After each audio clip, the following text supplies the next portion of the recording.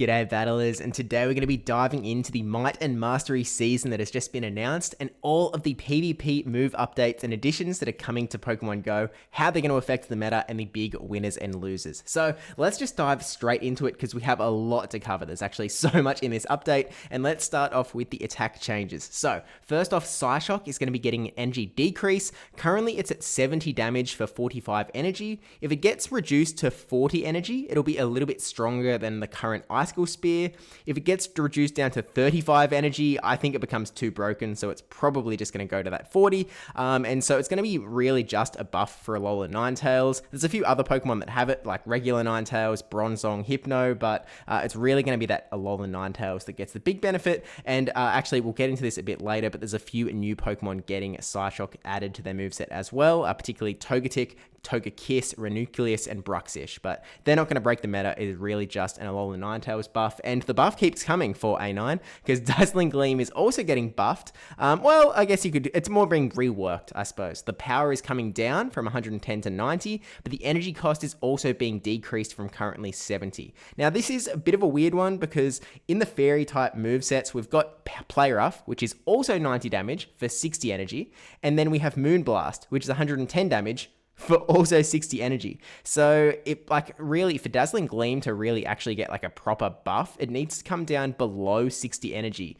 which we're really just gonna have to wait and see how they rework this move, whether it's actually gonna be useful or not. But the sort of big winner, I suppose, coming from this one is gonna be Jumpluff, because as if we needed a Jumpluff buff after it's kept winning all of these tournaments and also winning LAIC. But to be honest with you, Jumpluff still might not use it because it's got Energy Ball for 55 energy, Aerial Ace for 40 energy. Technically, Acrobatics is actually also going to be getting a buff in this season update, so there's a chance that Dazzling Gleam gets left on the table, and so maybe, there's some other Pokemon that have it, like Clefable and Altaria, but they already have Moonblast, so it really needs to be getting quite a buff to improve it for those two, and then Wigglytuff has access to it, but it would need to drop Icy Wind or Swift. And that doesn't really seem likely to me unless it gets really, really cheap, but then it might be a little bit too good. And so really it's just A9 getting a cheaper move as well. So Psyshock and Dazzling Gleam are both getting buffed, whichever way you want to go. And there is a Pokemon that is getting it for the first time in this meta, and that is going to be Sableye, which is going to be a really interesting one, but we'll talk about that a little bit later in the video. We've then got Aquajet, which is another one that is getting just a straight massive buff. Like Aquajet was a useless move, now it is going to be actually really legit. So it is going from 45 damage up to 70 damage, and the energy cost is being decreased. So it is currently at 45 energy, which, if you come down to 40 energy, it's going to be similar to that buffed Psyshock, or it's going to be that little bit better than Ice Spear, but really the only Pokemon that is going to getting a big benefit from this is the Legacy Dugong. So if you use an Elite TM, I suppose, because now it's going to have a new cheap move. It's going to be cheaper than Icy Wind and Drill Run, so you might really consider dropping Drill Run for Aquajet for that really spam ability. It's sort of question marks whether you are going to want to do this, because Icy Wind you kind of just have to run as Dugong. It is the big move. And I think, to be honest with you, in the current meta, there's definitely a lot of room to throw Aquatail in there. Obviously, you're losing that bit of ground coverage, but you've still got great play into things like Clodsire and such. So it's probably worthwhile. And if it happens, it's not going to go to 35 energy. It's going to go down to 40 because otherwise it's ridiculous. Some other winners, I guess, from Golisopod, Basculin, and Wartortle, but that's the Aquajet gang. Then we have the Dynamic Punch buff, and this one is one of the biggest in my mind, even though it feels a little bit small potatoes. So it's currently a 90 damage move for 50 energy. If it comes down to 45 energy, 90 damage for 45, it becomes a Psystrike clone, which just seems ridiculous. And there's just no chance of it going to 40 energy because like Psystrike alone is good enough. So Machamp is the absolute big winner from this change. It's already got Close Combat for 100 damage for 45. So it's going to do a little less damage for, at worst, the exact same amount of energy, but Close Combat debuffs. So I really think that most Machamps will sort of move over to this Dynamic Punch instead of Close Combat, but it's going to be really good, and if normal types are hanging around or things that are weak to counter, I think that Machamp is really going to be seeing quite a bit of play, and we'll get into that as the sort of meta update continues. It is definitely also a strict upgrade for Machoke and Golurk. Also kind of a Medicham buff. If Medicham happens to pop up in another cup like Love Cup, Poliwrath, Cacturne, Toxicroak. And then we've also got some additions, some new Pokemon getting Dynamic Punch in this update, who are going to be Grumpig and Dusknoir. Grumpig, it's actually getting another buff a little bit later. And then Dusknoir, it's definitely going to be an interesting addition to its toolkit. And we'll talk about it a little later, but I think it could be interesting. And definitely something that someone is going to use in the Play Pokemon circuit. Then we've got Sludge, which is a move that no one really hears much about at all, but it is getting a power increase from 50 damage to 70 damage for 40 energy. So it's another one in that same zone that is just a little bit better than Icicle Spear, but it's going to be more efficient and cheaper than both Sludge Bomb and Sludge Wave. So any Pokemon that has access to one of those two moves might be really eyeing up Sludge if it's got access to it. To be honest with you, there's not a lot that currently have access to it. So Galarian Weezing, which is going to be a little meta dependent, what moves that you're going to run. Sometimes Sludge might not even be worth it. And then also Marshtomp, if that ever comes up. The big thing, though, is that, again, in this update, we're buffing Sludge and giving it to new Pokemon. This time, it is being given to Swalot, which is a little bit whatever, but also to Swampert. So I really think that this is just a hard upgrade to Sludge Wave for Swamperts that aren't running Earthquake. I don't know if it's really a must-run, to be honest with you, and I feel like Earthquake might still have some potential. And, you know, Swampert isn't that big in the current meta regardless, but maybe if Jumpluffs rise up even more, then Sludge might be worthwhile.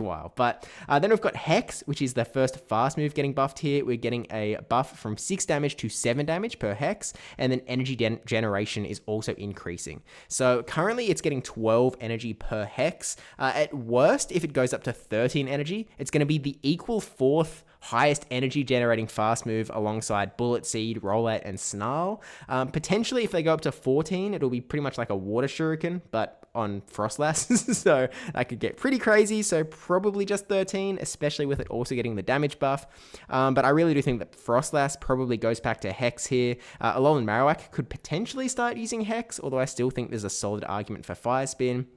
Drifblim, Dusknoir, they probably keep using Astonish, to be honest with you. I don't think that Hex is going to take it over, but maybe there's a chance. And then this is just a straight upgrade to Pokemon that were already using Hex, like Jellicent or Dusclops. So Jellicent, maybe we see it actually come back into the meta, which could be pretty interesting. Then we've got the second of the Jumpluff buffs, Acrobatics. The energy cost is decreasing. Currently, it is 110 damage for 60 energy. If it came down to 55, it would be a Megahorn clone. If it came down to 50, it would be a Blast Burn clone. So probably not going to the Community Day. Well, actually, it is a Community Day move, so I guess it's possible, but I have my doubts, so I think it's going to be more likely to be that Megahorn clone. So again, Jumpluff has access to it. Still unclear whether it's going to be the sort of must-run move, because the Aerial Ace speed that you get off of only needing 5 Fairy Winds to get to Aerial Ace is kind of really good, so it might be a little bit situational.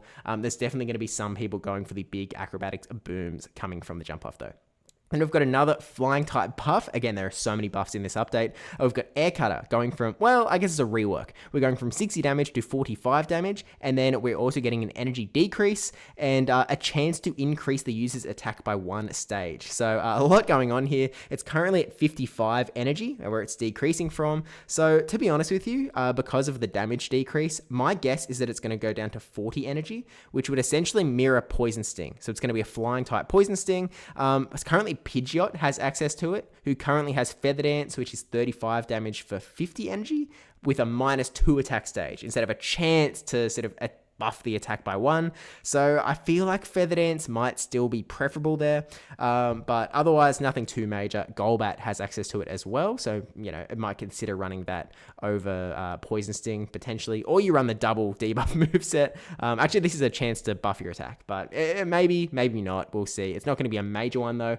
We've then got the Rock Tomb rework. So actually, it's just a straight hard buff. So the power is going up from 70 to 80, and the energy is going down. It's currently at 60 energy, sorry. And it already has this guaranteed chance to lower the opponent's attack, but obviously we're getting a buff here. And so if it goes from 60 to 55, there isn't really a comparison, but if it goes all the way to 50 energy, it's essentially going to be like Scorching Sands, but with a 100% chance. So I think it's probably more likely that we go to a 55 energy cost, which there isn't really like a move to compare it to. There's nothing that has those same stats, but it's just a straight increase. So this is the big Claydol buff we've been looking for, but then it's on a bit of a weird variety of Pokemon like Runerigus, Spiritomb, Fortress, Macargo, and then it's also being added to Bombardier, who I don't think is going to be a big deal, and then Cradilly. And I think this is also one of the biggest changes, and you can already see the next one is a rollout nerf, and so I really think that we're going to see Pokemon like Cradilly taking up the role of Pokemon like Dunsparce currently in the meta. I really just feel like that is what's going to come out and play, because Cradilly is just so well suited for the current metagame, especially just putting that extra pressure onto Pokemon like Feraligatr. I really think that Cradilly is going to be one of the big winners from this update. But here is the rollout. The power decrease from 8 damage to 7 damage. It's obviously going to hurt the rollout users like Dunsparce, Licky, Miltank, Bibarel. It's not going to put them in the grave, I don't think, but it's definitely a little bit unfortunate for them, especially because one of the greatest Pokemon of all time in Pokemon Go is getting rollout for the first time in this update. We'll get to it later. Look, let's just say that I'm a happy little boy. But regardless, that is what it is. And again, I really think that Cradilly might sort of come in and partially replace them a little bit, but Talonflame still isn't enjoying this one. Nightshade, we're actually getting the Galarian Corsola nerf. So Nightshade is going from 80 damage to 70 damage to 70 damage, and then it still costs the 45 energy. So it was a Foul Play clone, but as you can see, Foul Play is also getting nerfed. Reworked, I guess. But Foul Play, the old Foul Play, is just what Nightshade is going to be. And so on top of Galarian Corsola, which it's just a straight nerf, it's also going to hit Galette, Noctowl, and Frillish. So it's really just a straight, easy G Corsola nerf. Not that it really needs the Nightshade damage, because the Astonish damage is really its big bread and butter anyway, but we'll see how badly this does hurt Galarian Corsola. So, as said, the Foul Play a rework, it's going to go from 70 damage to 60 damage, and then the energy cost is going to decrease as well. It's currently at 45 energy. If it goes down to 40 energy, it would be like Blaze Kick or X-Scissor. If it happens to go to like 35 energy, it would be like Sacred Sword. So, probably too good just because of some of the Pokemon it's on. So, probably 40 energy because it's on like Mandibuzz, who currently has Dark Pulse, 80 damage for 50 energy, which I think it's most likely still more efficient, but it's a bit costlier, so it's not necessarily the case that Mandibuzz will always run Foul Play unless they really do buff this thing to high heck. I think the major winner from this, though, is Malamar. So Malamar is going to have Foul Play probably with the same pacing as Superpower, and that is going to be huge for it in the current metagame. So when you're running Malamar, Superpower is that sort of slightly quicker move. It's only like 2 Psy Waves quicker, but that 2 Psy Waves quicker lets you sort of have that same pacing as Pokemon like Feraligatr. And the speed of this meta is so important that the fact that Foul Play is going to come all the way up to the Superpower, pretty much put them on the same bounds, means that one, it's going to be just as quick. You're not going to need to debuff yourself to really play with the big guys. And also, it's not as easy to call baits anymore. So, like, a trainer that just goes straight from the move and clicks, you're going to have to think, is it the Superpower? Is it the Foul Play? And I think that is going to be a massive buff for Malamar. This is going to be a real one, even though it is doing 10 less damage. I think it's really, really big for Malamar, who is already making a showing in the Championship Series and good in the meta. So, I guess also an indirect nerf to Galarian Corsola because Malamar is going to be that little bit better. We've then got the Discharge. This is the last sort of attack change here. The power is going from 65 to 55, and then there is energy decrease as well. Sorry, I should actually go back to Foul Play because there are some new other Pokemon as well, like Umbreon, Sableye, Oranguru, Trevenant, that are sort of, also being affected by it. But I think Malamar is the big one. Discharge. So essentially we're going from 65 to 55 and the energy is being decreased from 45. So if it went to 40, it would be like an Aerial Ace sort of clone. And then if it went down to 35, it would be more like Swift or Weather Ball is in the same ballpark. Probably, I think that if it was at 40, it's kind of a slight nerf. I would probably call it, because you're hitting things like Stunfisk, Charjabug, Galvantula, and you were already getting to these moves really quickly. So I don't know how much it really necessarily needed the energy decrease for damage decrease. I think that those Pokemon kind of liked the extra damage coming in from Discharge, but it is what it is. We'll see how it ends up playing out. And then Dedenne and Emolga, getting, I guess, a rework. Not necessarily a buff or a nerf, but I'd probably put it in the nerf column at this point. We then have the attack availability updates, and there's quite a few of these as well. We've got Piloswine and Mamoswine getting Icicle Spear. This is a little bit like, I don't think it's going to be huge. Mamoswine maybe for Master League, though. It could be pretty big, and also some limited cups, especially for Piloswine. We've then got a bunch of Psyshockers. So we've got Togetic, Togekiss, Renucleus, Bruxish, all getting access to Psyshock. I don't think that any of these are going to be huge, except for some limited cup shenanigans, but Open Great League, I really don't see any of these making a splash. We've then got Venomoth learning Psywave, which could be interesting, but the really, really interesting one is Lapras, who is also getting Psywave. I think that this is one of the biggest changes of the current metagame, because it's just huge. It lets you pick up wins against big meta threats like Annihilate, Ariados, Azumarill, Chargebug. Oh, sorry, I'm reading the wrong list, but it's all, I think it's all true. Annihilate, Ariados, Galarian, Corsola, Shadow Feraligatr, Toxapex, Wigglytuff. I mean, this is just massive. And it's not the end of Lapras' story. It is getting another buff in this particular update. I'll just scroll down and spoil it. I mean, we've got Lapras also learning Sparkling Aria, which is actually a water move. It's not actually a fairy move, but, it is what it is on that front. Yeah, I think Lapras is going to be big, because Sparkling Aria is also just a straight buff to Surf. Like, it is just the same energy, but better damage. So Lapras is going to be huge, and I'm really looking forward to sort of seeing a bulky Pokemon with that Psywave pressure really just making a mess of the current metagame. Definitely a fun one for sure.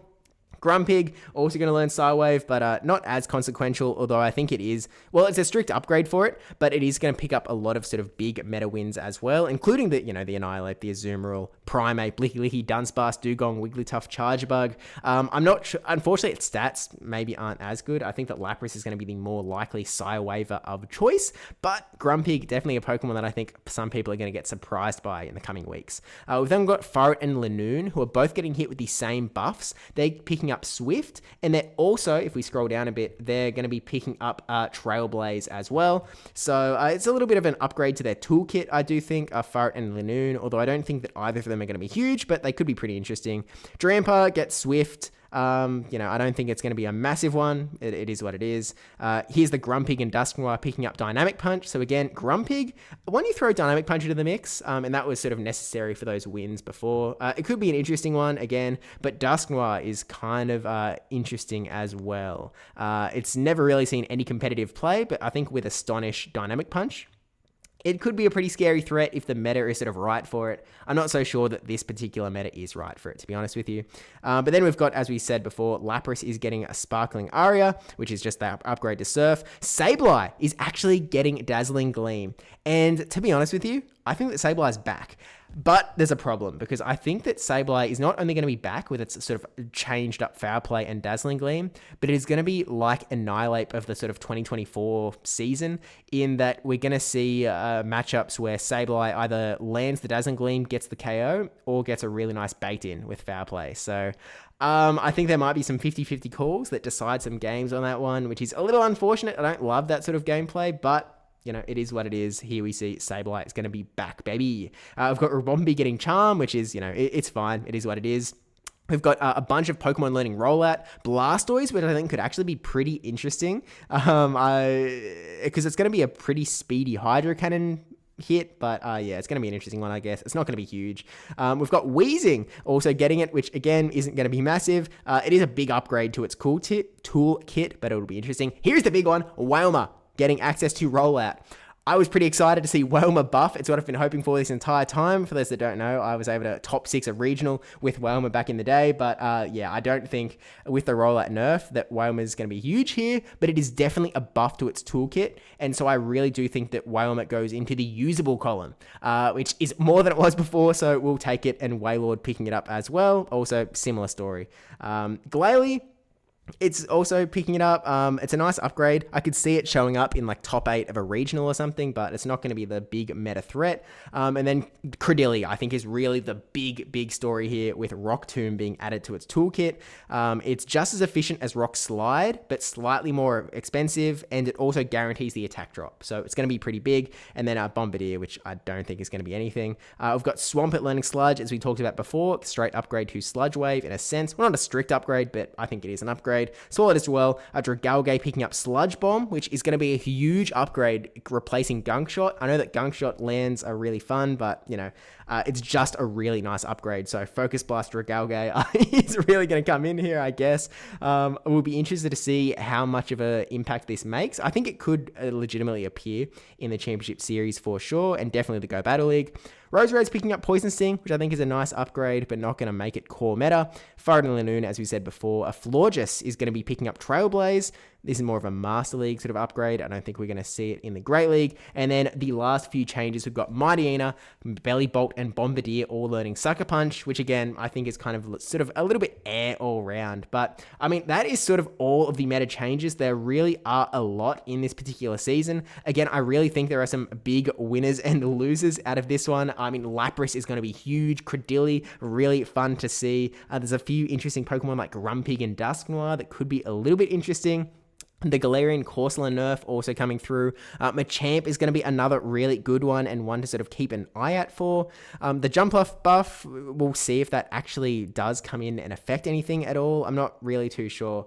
It sort of is what it is. But the only other thing I wanted to highlight out of this meta update is the fact that, and of course, I'll be making some meta simplified videos. Willpower Cup is going to be starting in the very first week of the season. So expect a Willpower Cup video. Subscribe if you haven't already for that. We've got this sort of, this is what I wanted to mention. So we're getting avatar items inspired by mustard, which is that a Kendrick Lamar reference? I don't know, but it's pretty funny if it is or not, even though it's got a tracksuit that, makes him look like the, number 1 from Squid Game. But with that said, that is all of the meta updates. Of course, you can check out the schedule as well. I'll be making meta simplified graphics for Willpower Cup, Scroll Cup, and a few more as we sort of go through the season. So again, definitely subscribe and let me know what you think. Let me know if I've missed any big winners or losers. I do think that, maybe Dunsparce and stuff sort of start to leave the meta even harder than they already have. But with that said, that's all the big things I wanted to talk about. So thank you to my patrons and supporters over on YouTube, memberships as well. Really appreciate you all. And with that, I will see you in the next one. So happy season, guys. See you in the next one. Bye.